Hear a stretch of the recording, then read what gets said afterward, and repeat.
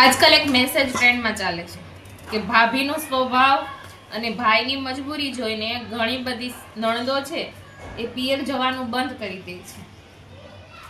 એના જવાબ રૂપે એટલું ચોક્કસ કહીશ કે પિયરમાં એવી જ નણંદોને જવાનું છોડવું પડતું હોય જેને પિયરની દરેક વાતમાં દખલગીરી કરવાની આદત હોય, પિયરમાં જતાની સાથે જ જીભડો ચલાવવાની આદત હોય અને વાતે વાતે ભાભીને મેણા ટોળા અને સંભળાવવાની આદત હોય. બાકી જે નણંદો છે ને પિયરમાં હરખેથી જઈને હરખેથી આવતી હોય ને એની વાટ તો છે ને ભાભી પણ જોતી હોય છે.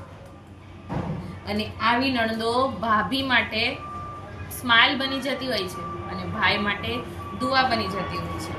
બાકી ઘણી વખત ખબર છે કે ભાઈની પરિસ્થિતિ સારી નથી છતાં પણ વસ્તુઓની માંગણી કરતી હોય છે અને આવી નણંદોને છે ને પિયર જવું છોડવું પડતું હોય છે.